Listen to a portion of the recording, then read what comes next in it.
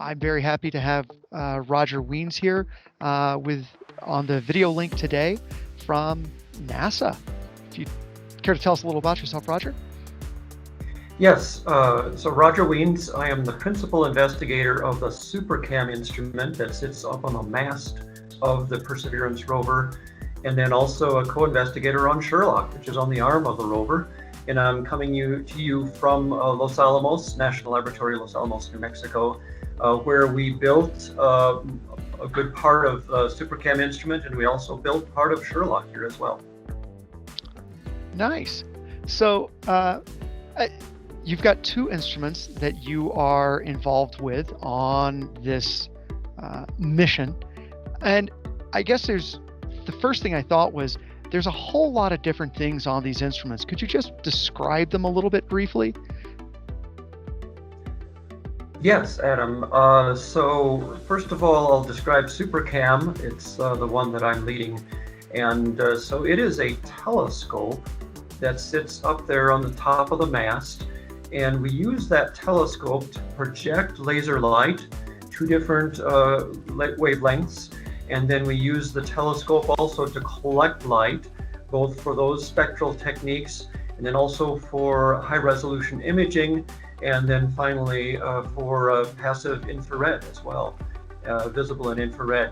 And so we have all of those techniques bound up in one instrument. We have 4 spectrometers. One is an infrared spectrometer that sits up on the mast. And then the other 3 spectrometers sit in the body of the rover, and they get their light from a long optical fiber that comes down from the mast and transmits that light into the body of the rover. And there we get light all the way from 240 nanometers in the ultraviolet to 850 nanometers out there in the very near infrared.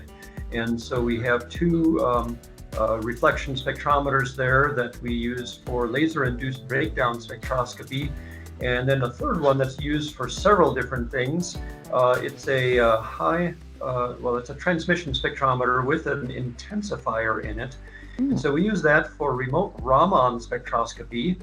Most people use Raman spectroscopy in a microscope or in situ. We actually are projecting the laser light out several meters away from the rover and then getting a few photons back using an intensifier and time gating to do remote Raman spectroscopy, which not so many people know about.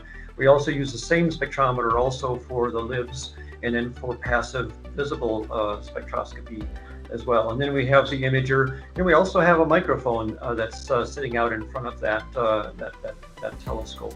So that is Supercam. And then Sherlock is out on the arm of the rover, and Sherlock also uses Raman spectroscopy, but in a very different way. Sherlock uses ultraviolet laser beam at 248 nanometers, and it uses this ultraviolet range both to get more enhanced Raman in the CW mode, in situ or proximity, you could say, with the arm right up against a rock. And then you get fluorescence as well at the longer wavelengths, but at those very short wavelengths, we don't actually have the fluorescence interference. So again, 2 Raman systems, they actually deal with the fluorescence, which can be an interference in different ways. And we both are using the fluorescence as well for looking for organics on Mars.